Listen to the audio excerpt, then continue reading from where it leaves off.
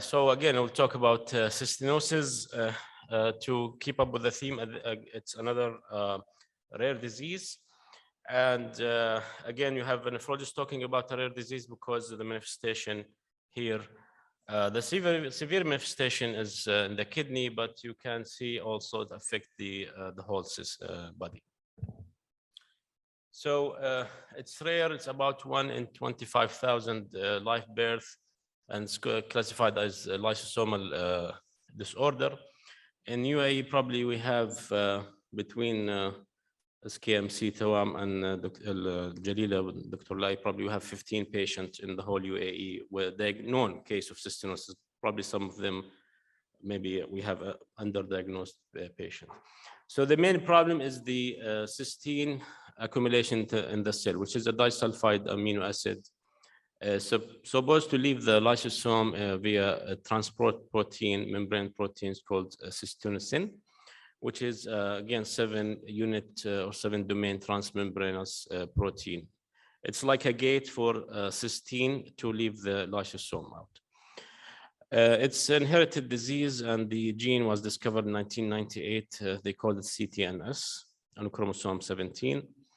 It's inherited as autosomal recessive pattern. As you can see, both parents have to be affected, and the probability of 1/4 of the kids will be affected, and 50% carrier and 1/4 normal. So again, to the cystinosis pathophysiology. So the cysteine is inside the cell, and in a normal cell, the transporter, the cysteine is there, so the cysteine will just leave the cell, the lysosome, into the cytoplasm and will cause no problem. In cystinosis patient, the transporter is defective. So the cysteine is accumulated inside the cell, and together they crystallize and bind together and cause crystallization of the lysosome, and that cause apoptosis and cellular death, and respectively loss of function of that specific cell. There are several clinical types of cystinosis. The first one, the most common and the earliest to present, is the infantile, or it's called nephropathic cystinosis. Again, that's why nephrologist is talking about it. And it usually starts during infancy. The juvenile, as the name implies, or adolescent cystinosis, starts later and has milder symptoms, affects both the kidney and the eyes. And the last one, the ocular cystinosis, which only affects the eyes for some reason, no systemic manifestation. Okay, Dr. Luai pointed in his presentation briefly about to cysteinuria, which is different from cystinosis. Cystinosis, as the suffix of the name, osis, means systemic disease, while urea means something in the urine, which cysteinuria causes kidney stones, while cystinosis affects the whole systems. This is Emma, and this poor child has cystinosis. As you can see from the slide, that there is from top to bottom, or from head to toe, there are a manifestation of cystinosis, starting from the brain. Again, this cysteine is deposited in all cells. So those kids have learning disability. Add to that, they have visual problems, which prevent them or deprive them from visual stimulation and visual way of learning. They have corneal deposit of cysteine, and they initially have photophobia, but if not treated, can lead to blindness. Go down to the neck, they have hypothyroidism because of the damage to thyroid gland and all the complication of hypothyroidism. They have also difficulty in swallowing. Weakness of the muscle due to apoptosis and electrolyte losses. They have weak muscle. In the white blood cells, and this is the diagnostic test, we'll talk about it. They also have immune deficiency because the white blood cells are dysfunctional. Skin, they have anhydrosis or hypohidrosis. They cannot sweat, and their body temperature is higher. They cannot cool off, which can cause further cellular damage. And the typical phenotype is fair skin and green eyes. But in our area, the kids look like they're as their parents, they regular skin complexion. For the kidney, we'll talk about more details, but they can have Fanconi syndrome, which is losing everything in the urine. Most of these kids have, or they should have, a GT or gastrotube to give higher calorie feeds and also give all the medication supplement they need. As a result of Fanconi and electrolyte losses, they have polyuria. And related to the losses, they lose calcium and phosphorus, which can cause rickets. All these together can cause failure to thrive. So more details about the renal manifestation. Basically, it's Fanconi syndrome. And when we say syndrome, it's the same manifestation, but caused by a different underlying etiology. Here, because of the tubular cell damage, that tubular cells is responsible of reclaiming or reabsorption everything that is filtered from the glomerulus. In those kids, everything is filtered, but nothing is reabsorbed because of dysfunctional tubular cells.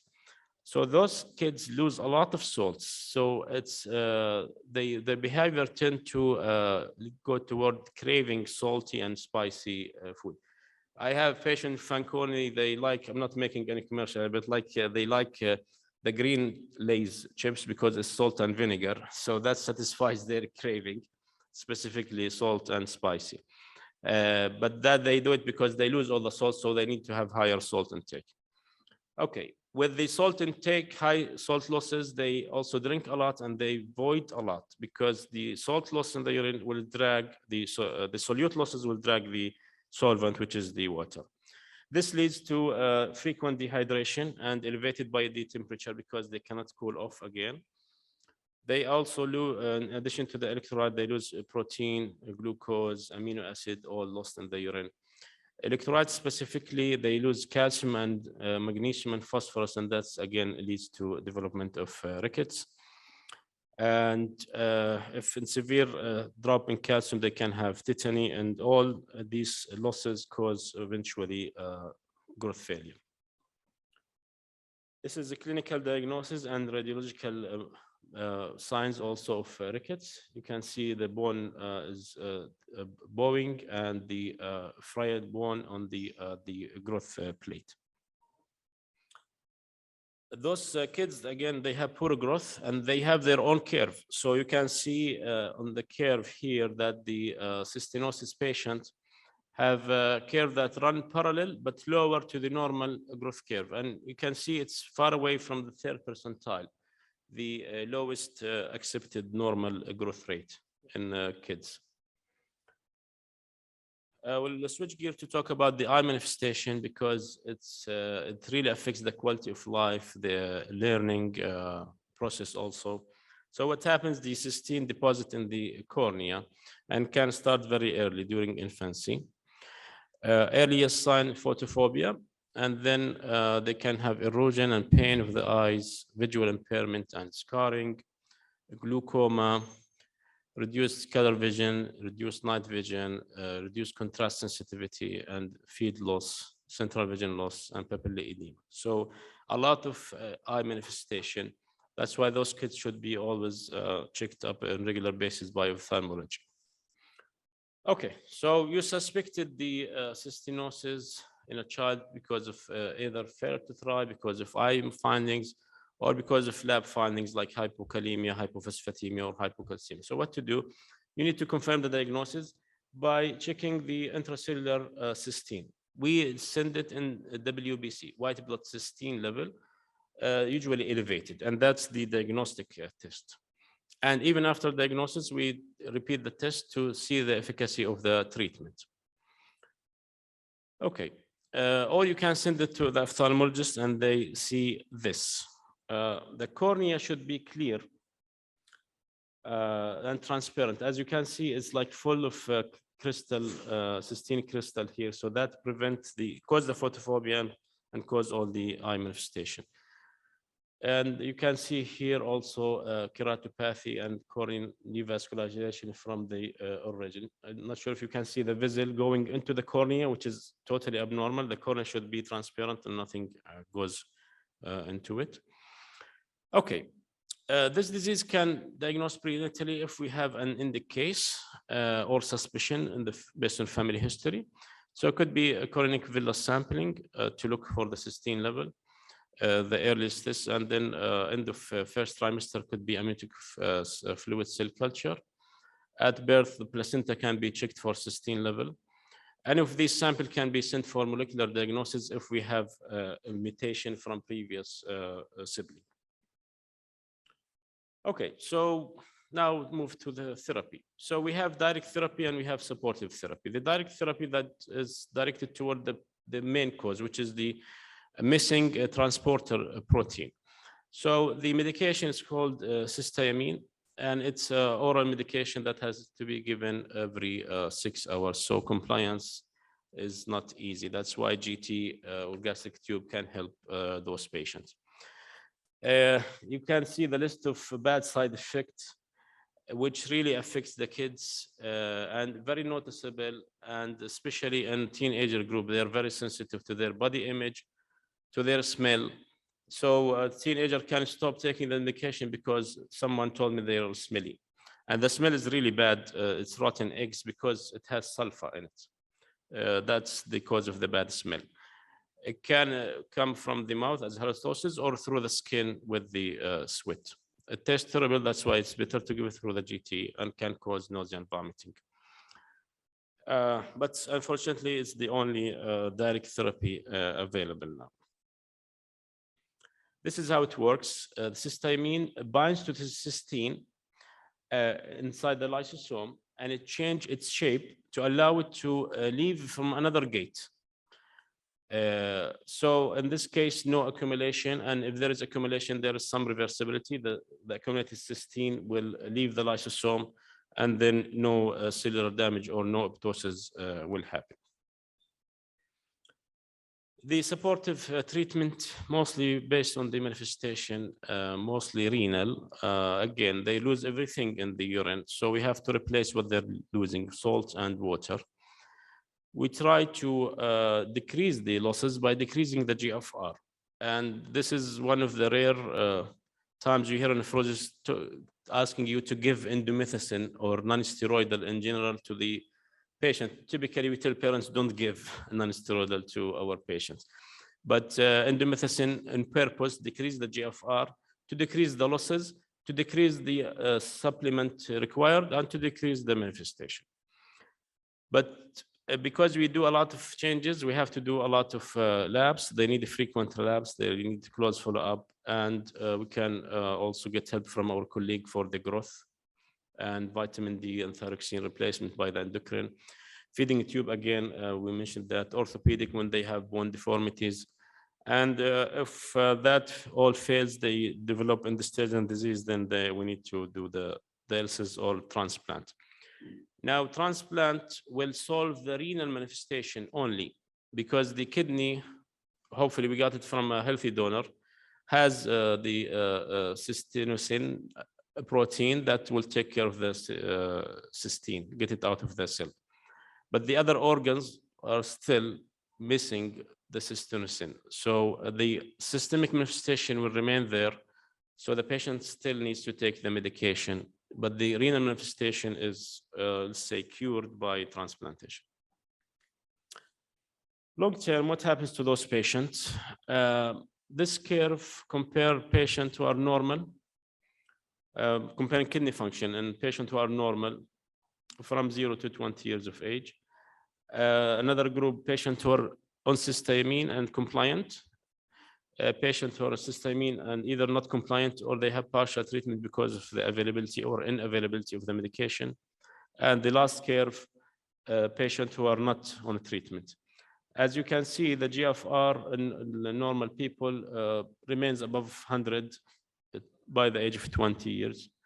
In patients who are fully treated with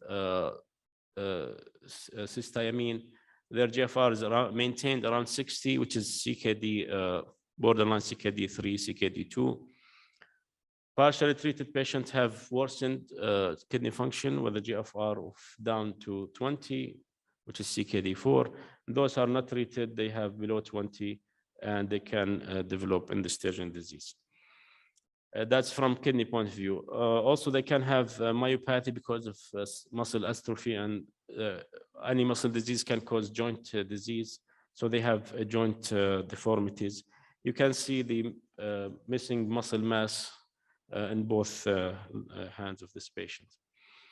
When they become adult, this study looked at 100 adults with cystinosis, and you can see the manifestation and the percentage of adults who will have it. So majority of them, 75% will have hypothyroidism despite the treatment, male hypogonadism, pulmonary dysfunction, swallowing abnormalities, cerebral calcification at 1/5 of them, diabetes mellitus. So it's really, really a debilitating disease. Okay, take-home message, again, it's a systemic disease. Despite the severe renal manifestation, but as you saw in the previous table, it affects everything from head to toe. Early diagnosis, as in oxalosis, as Dr. I mentioned, will help to improve the outcome. And the pediatrician first line for kids' health can make a difference if they can suspect the case and make the diagnosis. Now, you see a difference in the height of those kids in the picture. Those are siblings and both have cystinosis. So what's the point here? Yeah, so right, who's the older one? The blue one is the older one, was the first case in the family, delayed diagnosis, not treated. He's shorter than his younger siblings, who was diagnosed at birth because his brother is known case. So early diagnosis made the younger child taller than his older brother. Those kids from study published from Egypt, there's a large cohort in Egypt, and they do a very good work there with those patients. These are the references. And when it comes also to the eye, another difference you can make, this child, after treating his ophthalmic or ocular cystinosis, he was able to see the sunset, which was for us, we take it for granted, alhamdulillah, but this child was a big deal to see sunset without having pain. And that's conclude my talk. Thank you for listening. If you have any questions.